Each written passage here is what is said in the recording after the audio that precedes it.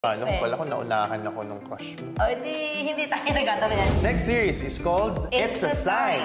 Ano ang positive signs that your partner is the one? I don't entertain. Kasi nga, ganun nga kasi ako. So when you're in a relationship, you always think that he's the one. Yeah, correct. Exactly. It just happens to be me. Nung panahon na yon, correct. Kumbaga, hindi na ako para maghanap pa ng iba. So I turned out to be the one because nandun ako. Ako na yun. And hindi na ako nag-accommodate pa ng iba. May umaaligid, oo. Pero hindi para isipin ko pa na, oh, pwede ko pa itong maging option. Ganun. Kasi nga, sinagot na kita eh. Kumbaga, stick na ako sa'yo. So, ganun kasi yung play. Kasi nga, I'm stick to one eh. So, may iba ka pa bang reason or it's a sign?